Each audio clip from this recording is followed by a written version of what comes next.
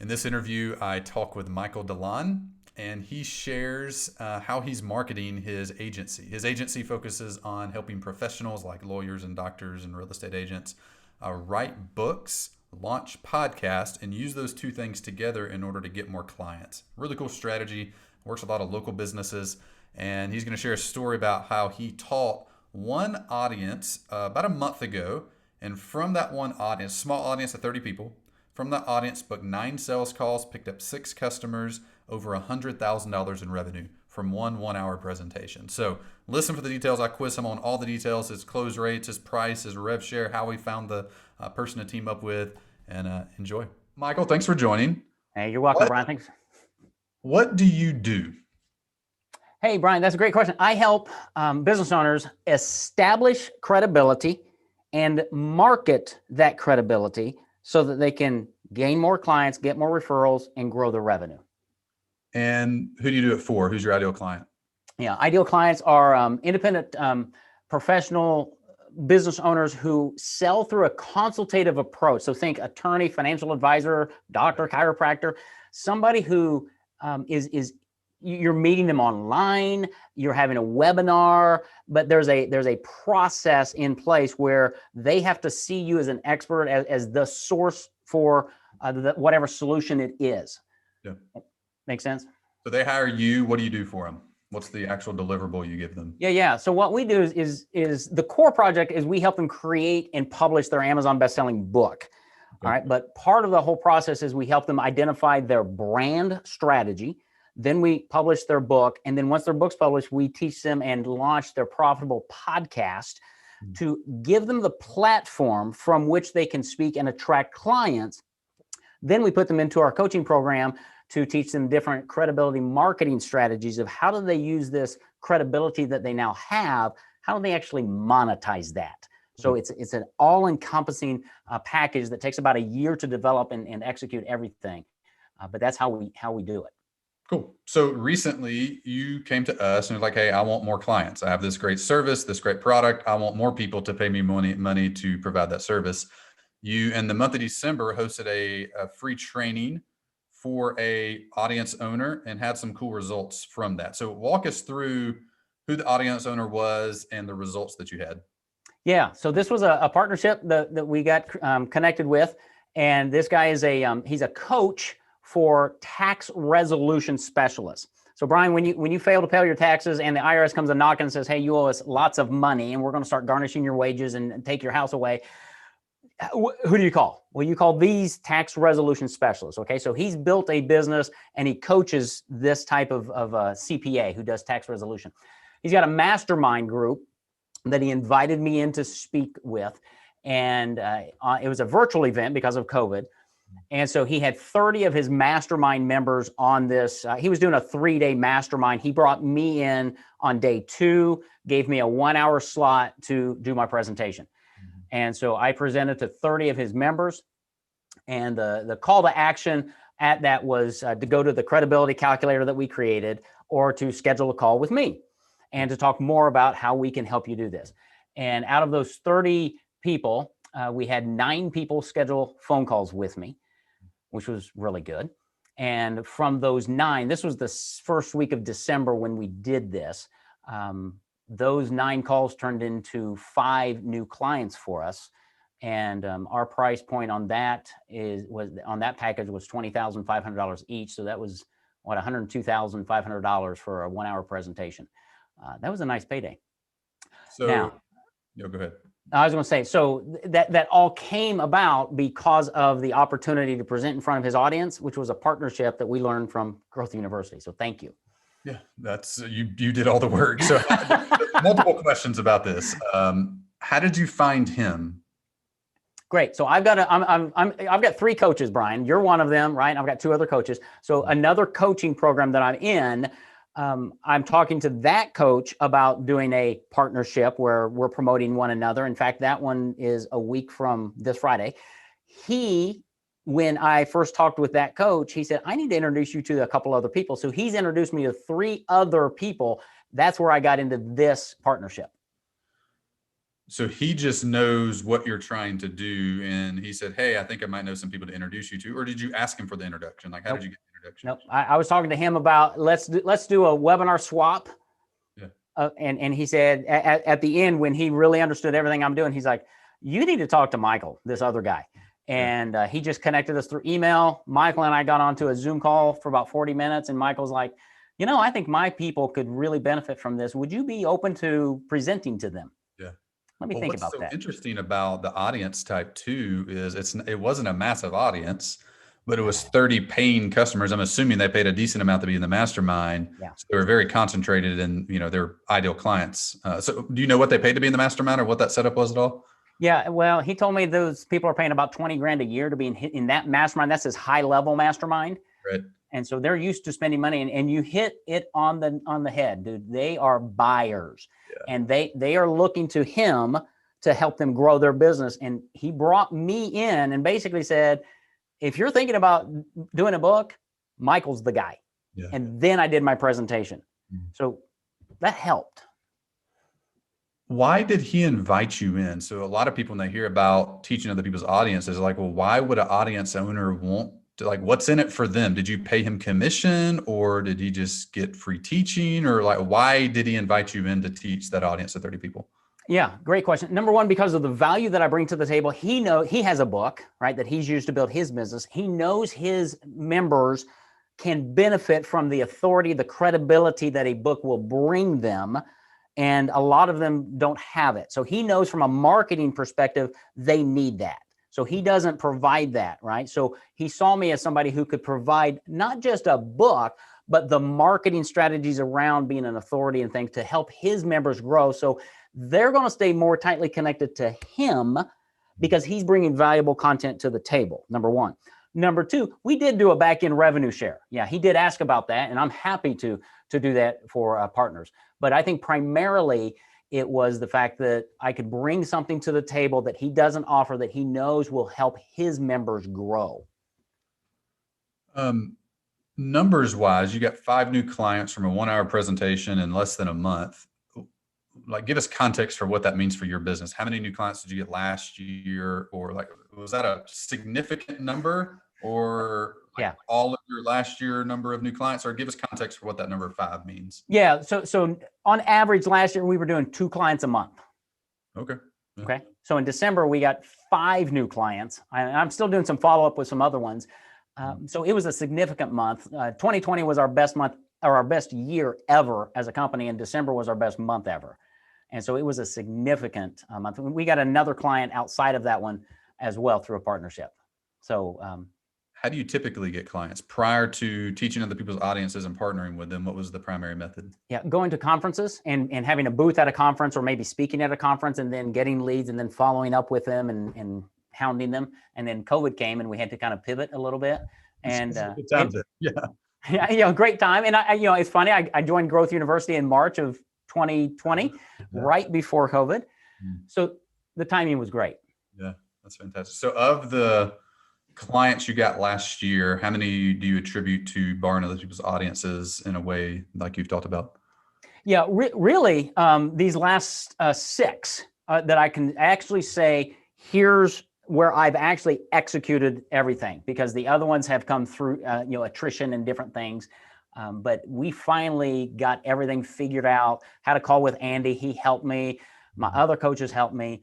And it is the partnerships, and it's also having the right message, which, again, Growth University helped us with the first launch that we did back in May, June, July, revamping our website, the copy on the website, and packaging all of this. And then through the 3 coaches I've had, really honing our message and what we're bringing to the table. So it is just it's a sizzling hot offer that once they understand what we're bringing to the table and the value it is, it becomes a no-brainer. And of those, and we can talk a lot more about this if you want, of those 9 calls and 5 clients, 4 of those clients were 1-call closes.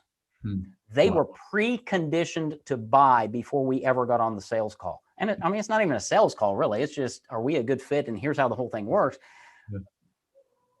Makes a big difference. Leverages time. What was the presentation? Did you have an hour-long presentation? Was this just like a Q&A workshop, a fairly polished webinar, or what was, like, if I'm in the room, I'm one of the 30 people listening to your presentation, what do I experience? Yep, it's a fairly polished webinar. So I take you from the very beginning of helping you understand the importance of brand strategy, being a best-selling author, and having your own podcast.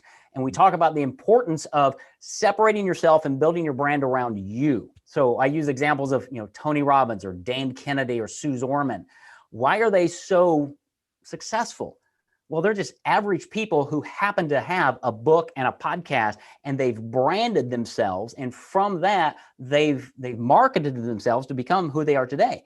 Well, you can do exactly the same thing to your audience if you understand how to create your own brand strategy, have your own best-selling book and your own podcast, and then know how to market that credibility. So my webinar goes through each of those components.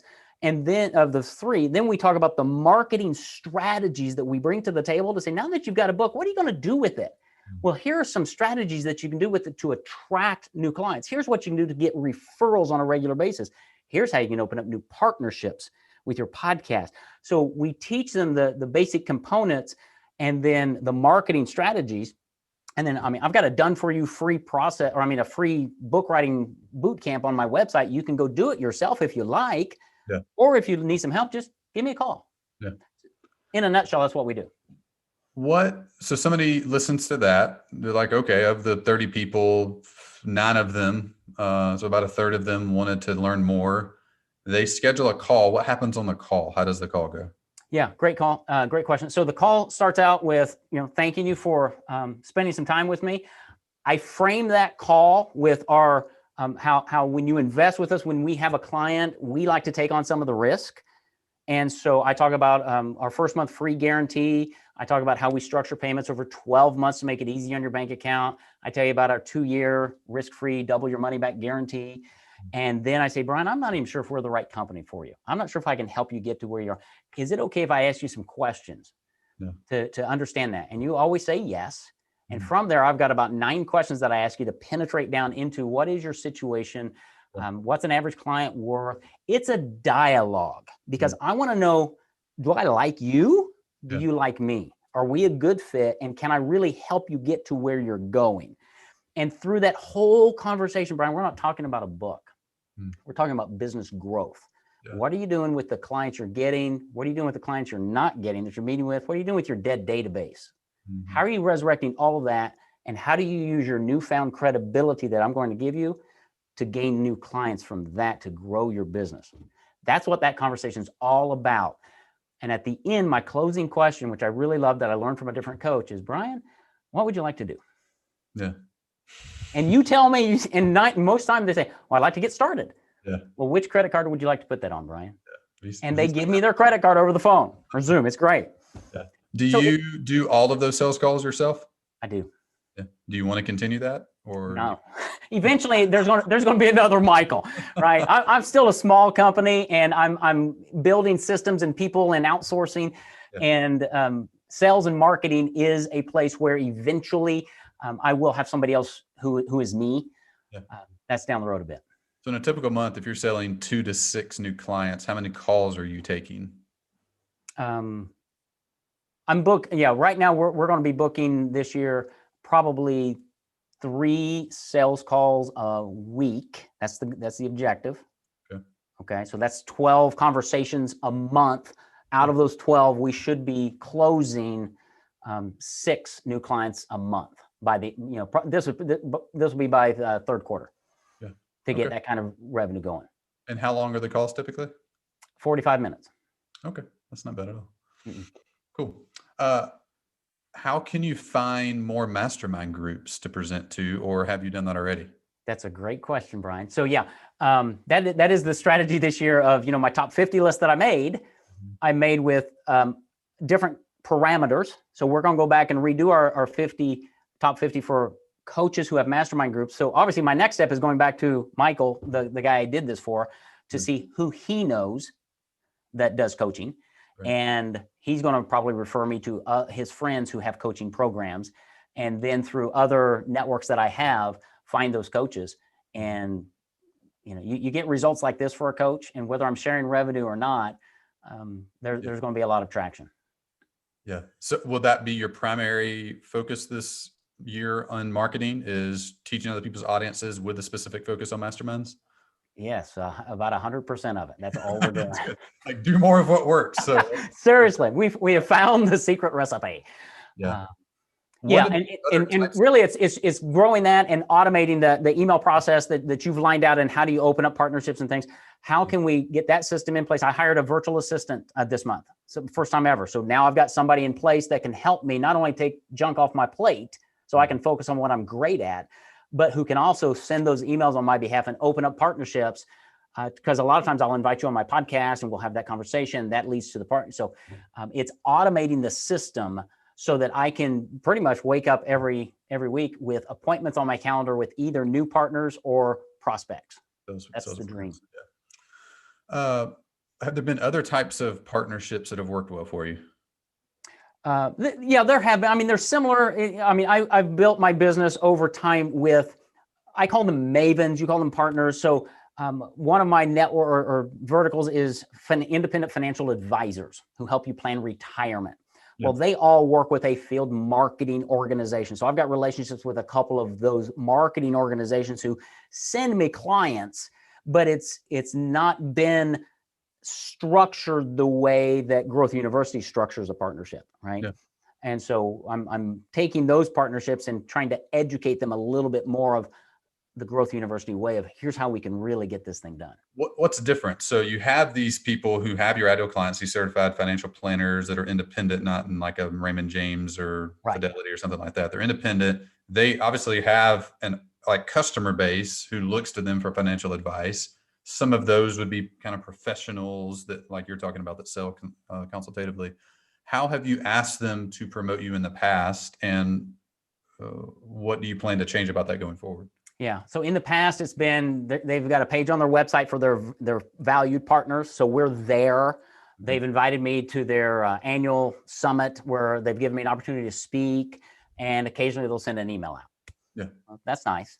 So now what we're trying to do is get with them and say, why don't I do a monthly free teaching to you and all of your agents? And I'm going to teach marketing strategies, whether you have a book or not. Yeah. And we're going to do that to get me top of mind with those people. And then obviously my call to action is, hey, you need to have a call with me.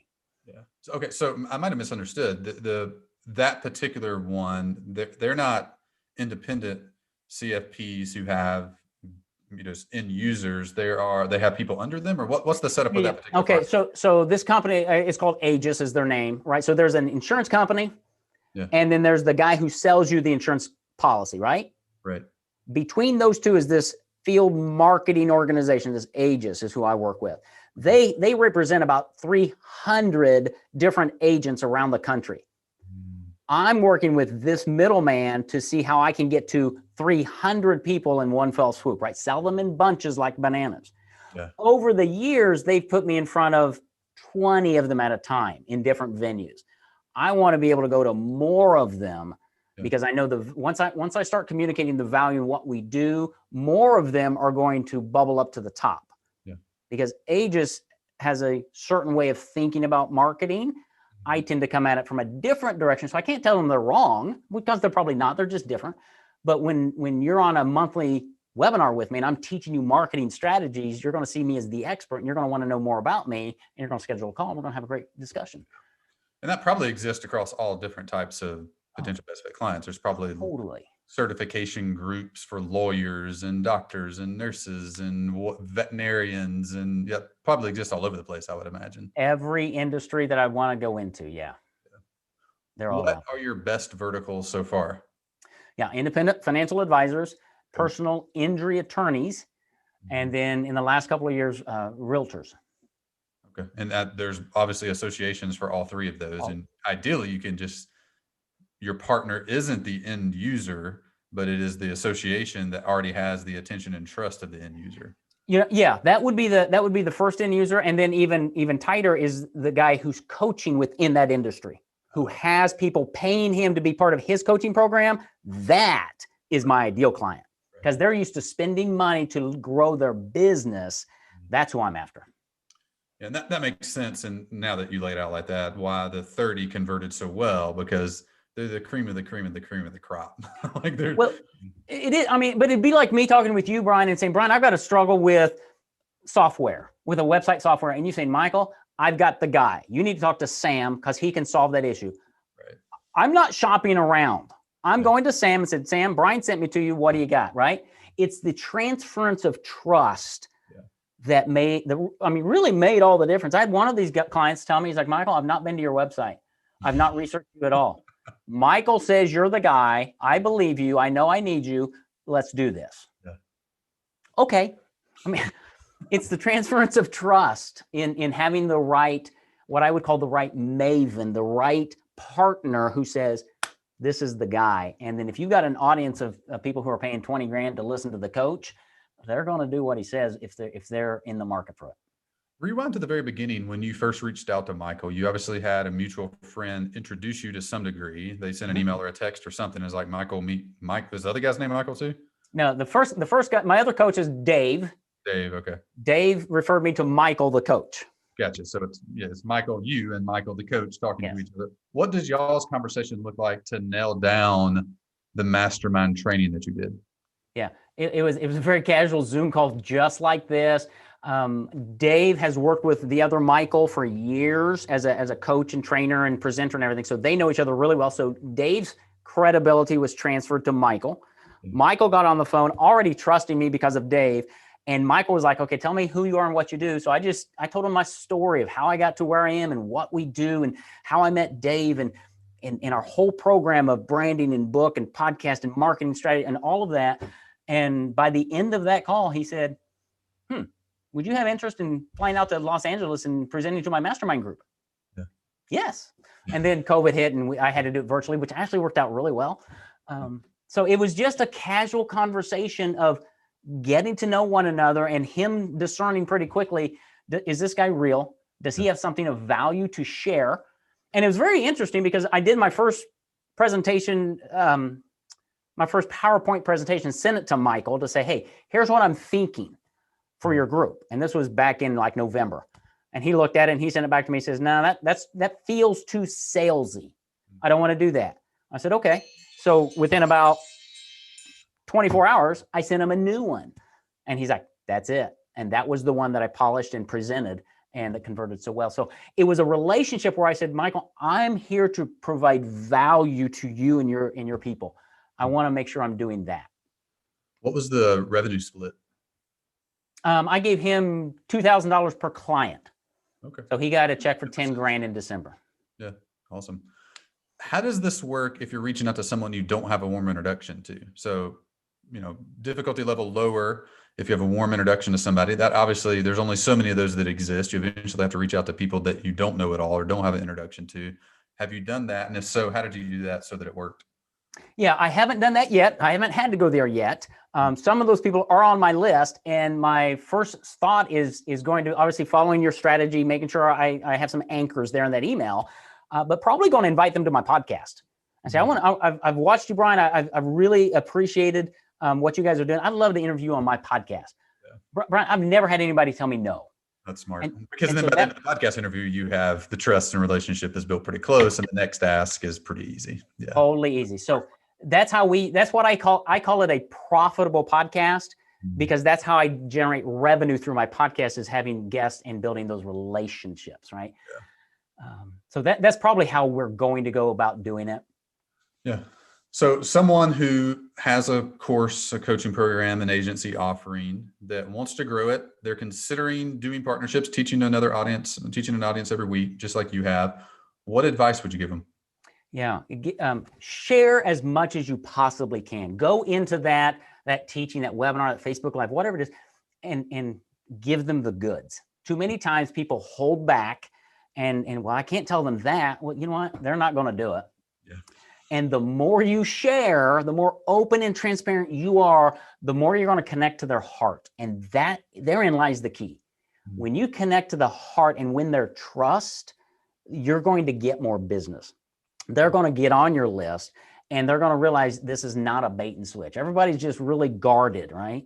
You've got to tear down those guards just by being real and saying, Here's what we can do for you. Here's the importance, Brian, of having a clear brand that separates you, right? And here's how you can do it. Here are 3 of our 8 questions that you can ask yourself, and you can probably figure out your own brand, right? Here's how you do a book. This is why a book's so important. I've got a free course, Brian. If you want to do your own book, go take my free course. It teaches you everything you need to know. If you need some help along the way, give us a call. Share everything you can and position yourself really as the expert, and have a simple call to action. Okay, so our call to action on that webinar and every partnership that we're doing is, I talk a lot about credibility, and this ties into that question, right? What is credibility, Brian? How do you define credibility? How do you know what credibility is from a prospect's perspective? Well, nobody knows. Well, guess what? I do, because I created the credibility calculator. And if you just go to thecredibilitycalculator.com, in 5 minutes or less, I can tell you your exact credibility score and what to do to improve it so that you can gain more clients, get more referrals, and grow your revenue. So having a really clear call to action is really important, but give them the goods. Yeah, that's good. Thank you so much for sharing. This was great. You're welcome, Brian. This is my joy. Happy to do it. Thanks. All right. Thanks so much for listening to my conversation with Michael DeLon. If you want to check out his business, you can find him at paperbackexpert.com. And if you want my team and I to audit your business, find the partnership opportunities that you have, and coach you through executing them, just like we did for Michael, let's talk. Go to growthtools.com/apply, and we'll set up a free strategy call with you. We'll talk through your business, find 2 to 3 small hinges that could swing big doors, and see if it's a good fit to work together. All right, go to growthtools.com/apply, book that now, and I hope to talk to you soon.